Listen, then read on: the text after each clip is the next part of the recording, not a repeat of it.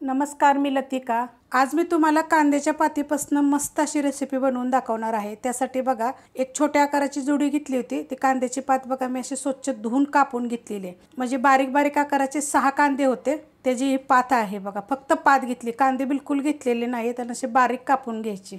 वाडगं घेतलेलं आहे, त्यामध्ये तर हे काढून घेऊया आपण। त्याच्यामध्ये बघा 2 हिरव्या मिरच्या, अर्धा इंच आलं आणि 3 पाकळ्या लसणाच्या अशा कुटून घेतलेल्या। तुम्ही पेस्ट टाकली तरी पण चालेल, पण कुटून जेव्हा आपण टाकतो की नाही तेव्हा त्याची चव एकदम छान अशी येते। त्यात टाकायची आपल्याला कोथिंबीर, थोडीशी मी जास्त घेतलेली आहे, ती पण त्याचे देठा सकाळी घेतलेली आहे। त्यात टाकायचे 1 चमचा जिरे धने बघा असे दरदरे कुटून घेतलेले आहेत। 2 चमचे टाकायचे सफेद तीळ, थोडेसे कमी जास्त तुम्ही करू शकता। जी चमचा मी दाखवला त्या चमच्याच्या प्रमाणे घेतलेले आहेत। थोडासा ओवा हातावर चोळून घेतलेला आहे। मिरची पावडर तिखटवाली आहे। त्यात टाकायचे आपल्याला हिंग पावडर, त्यात टाकायचे 1.5 चमचा तांदळाचं पीठ आणि 3 चमचे टाकायचे आपल्याला बेसन पीठ। ह्या चमच्याच्या मापाने सगळं साहित्य होतं।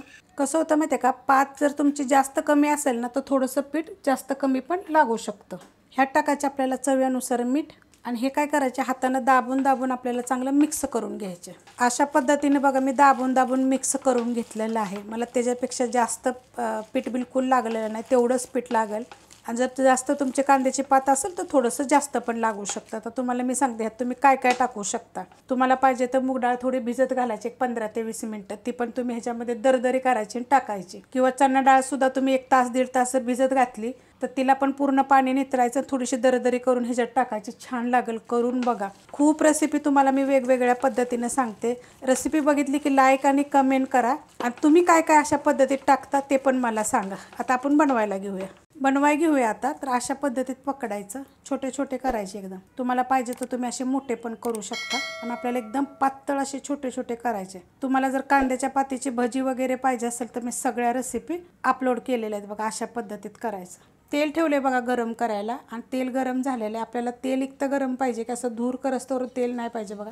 अशा पद्धतीमध्ये तेल पाहिजे। गॅस आहे मीडियम आणि मीडियम गॅसवर आपण आता हे पटपट पटपट टाकून घेऊया। हे असं पकडायचे बघा। आता हे साईडला कसं एखादं आपलं आलेलं ते निघतं बघा असं, बाकी काय निघत नाही। एकदम पातळ करायचे, पण चवीला एकदम मस्त लागतात बघा। खूप जणांनी असं मला सांगितलेलं की कांद्याच्या पातीचं दाखवा, तर कांद्याच्या पातीचं बघा अशा पद्धतीमध्ये बनतं। आणि तुम्ही कोणी जर चण्याची डाळ जर खात नसाल ना तर मग मूग डाळीचं पीठ करायचं आणि त्याचं जरी केलं तरी चाललं। आता हे मी 4च बनवून घेते, पहिले हलवून घेऊया। आता जास्त टाकले की नाही की मग असं पसरट जर असेल तर एकावर एक येतं बघा। मी अजून एक सोडलं होतं, जे एकूण आता 5 आहेत बघा आपल्या ह्याच्यात। आणि ह्यांना गोल्डन कलरवर आपल्याला फ्राय करायचे, एकदम लाल भडक असे पण करायचे नाहीत, कारण हे कडक होतात, एकदम मस्त असे लागतात। आणि हे कसं असतं माहिती आहे का, ह्या गोष्टी केल्या की गरम गरम खायला, म्हणजे तुम्ही जेव्हा जेवायला बसाल त्याच्या अगोदर जरी केलं तर चालेल। आता करायला तुम्ही दुपारनं खाल तर थोडंसं मग सॉफ्ट होतं, पण असं तुम्ही 1-1.5 तास चांगलं कडक कुरकुरीत राहतात, मस्त एकदम। आता हे मी फ्राय करून घेते, पलटी करून घेऊया आपण आता।